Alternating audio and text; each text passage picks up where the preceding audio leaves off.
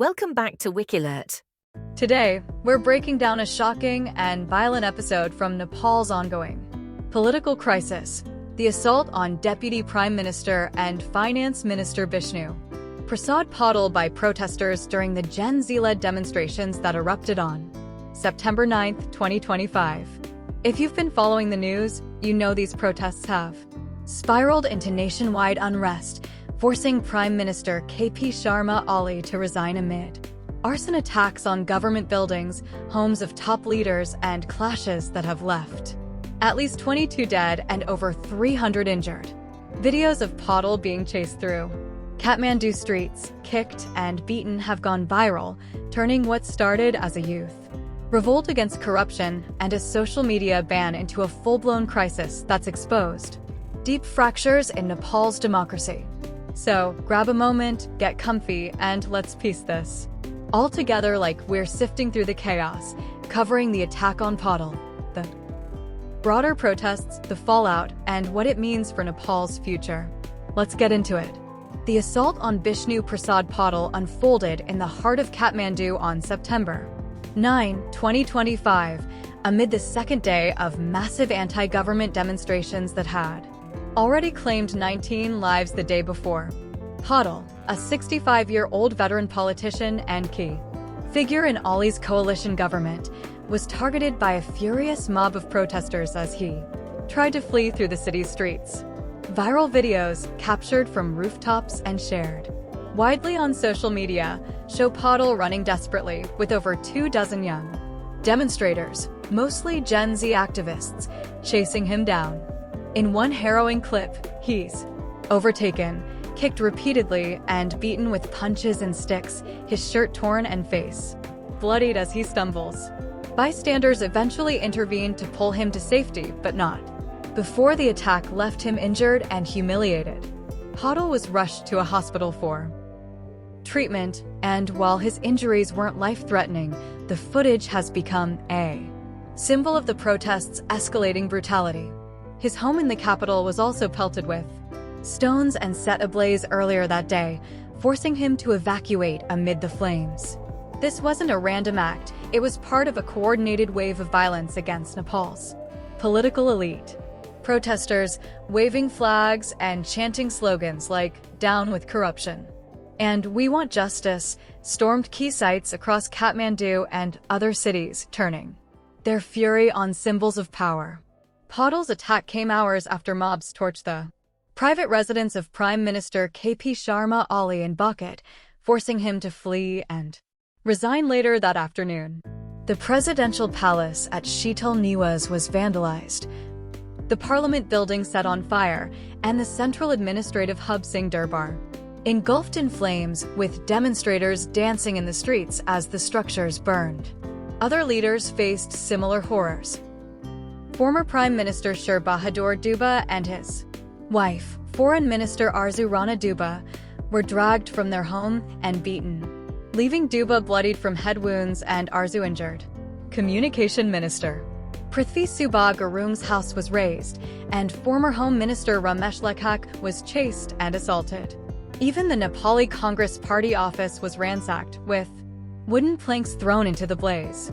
The violence peaked as security forces fired on crowds, killing 19 protesters on September 8 alone, pushing the total death toll to 22, and injuring hundreds more in clashes involving tear gas, rubber bullets, and live ammunition. To understand how Paudel became a target, we need to zoom out to the roots of these protests, which exploded from a seemingly minor trigger into a full-throated Gen Z uprising.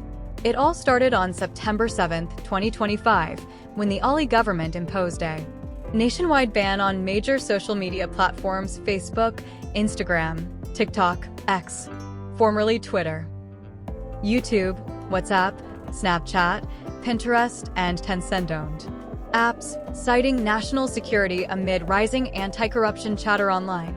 The ban, which lasted just 48 hours before being lifted on September 8th, was seen as a desperate clampdown on free speech, especially by Nepal's youth who use these platforms to organize and voice frustrations.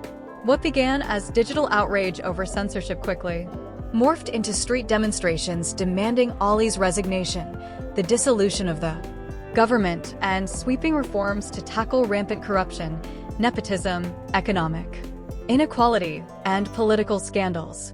Gen Z protesters, many in their teens and 20s, from urban centers like Kathmandu, led the charge, chanting, "We want justice and end the corrupt elite," live streaming the chaos once platforms were restored.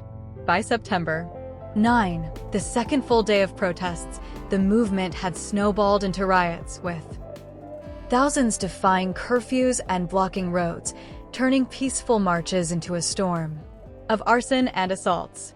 Paudel, as Deputy Prime Minister and Finance Minister, was a prime symbol of the grievances.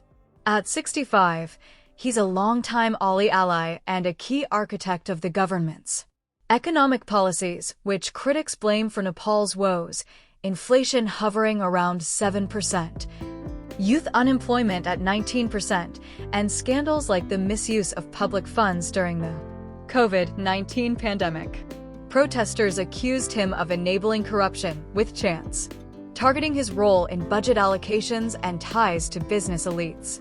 His home was pelted with stones before being set on fire, and the chase that followed was captured in real time by bystanders from rooftops, showing him running for his life as the mob closed in. In the footage, Paudel stumbles, gets kicked in the legs and back, and is punched repeatedly before rescuers pull him away. He was treated at a local hospital for bruises and cuts, but the psychological toll is immense. Emerging bloodied and shaken, he later told aides it felt like the end of everything. This wasn't just an attack on him, it was a message to the entire ruling class, with protesters shouting, "You stole our future," as they pursued him. The immediate fallout has been a whirlwind of political upheaval and national mourning. Hours after Paudel's assault, Prime Minister Ali tendered his resignation to President Ramchandra Paudel, citing extraordinary circumstances and the need for a constitutional and political resolution. Ali, who had survived multiple no-confidence votes since taking power in 2021, bowed out amid the bloodiest unrest in Nepal in over a decade, paving the way for an all-party meeting at the Prime Minister's office to form an interim government. President Paudel, whose own residence was vandalized, condemned the violence but acknowledged the protesters' demands, calling for dialogue to prevent further loss of life. Security chiefs, including the army head, issued a joint appeal for calm, warning that democracy was hard-won in Nepal, but it has not met the aspirations that sent protesters to the streets. Curfews were imposed in Kathmandu and other cities, flights were cancelled, and India advised its citizens to avoid travel to Nepal until stability returns. The death toll climbed to 22, with over 300 injured, many from police gunfire and beatings during clashes on September 8. Rajyalakshmi Chitrakar's death, the wife of former Prime Minister Jalanath Kanal, added a profoundly personal tragedy to the chaos. Protesters trapped her inside Kanal's home before setting it ablaze, leaving her with fatal burns to her lungs and body. She was rushed to Kirtipur Burn Hospital, but didn't survive, becoming the first political casualty in this wave of violence. Kanal, a 75-year-old communist leader who served as PM in 2011, was not at home, but the loss has shattered his family and deepened the crisis. Vigils are forming in Kathmandu, with protesters pausing to condemn her death, but vowing to continue until systemic change happens. Other leaders like Sher Bahadur Dubba and Arzu Rana Dubba were also beaten, with Dubba bloodied from stones and Arzu dragged from their home. The protests, largely driven by Gen Z from urban areas, reflect years of pent-up frustration, youth unemployment, corruption scandals, and the social media ban, viewed as an authoritarian move to silence anti-elite voices, ignited the spark.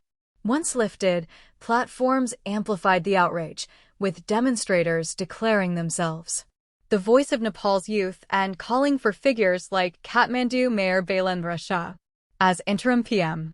Security forces cracked down on September 8, killing 19, only fueled the fire, turning marches into riots. Economically, the chaos has halted business, with markets empty and borders like India's Uttar Pradesh seeing deserted crossings. International eyes are on Nepal, with the UN urging de-escalation and neighbors like India and China watching for spillover. This crisis has exposed Nepal's fractures, a youth bulge demanding change against an aging elite accused of nepotism.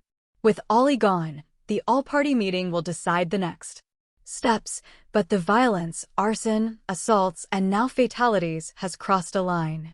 Paudel's beating, captured in real time, is a stark image of accountability gone wrong, but it's also a cry for reform. As Nepal teeters, the hope is for dialogue over destruction. What do you think? Can Nepal's leaders restore calm after this violence, or is more unrest coming? Drop your thoughts in the comments, hit that like if this story got you thinking, and subscribe for more global breakdowns. Tap the bell so you don't miss the next one.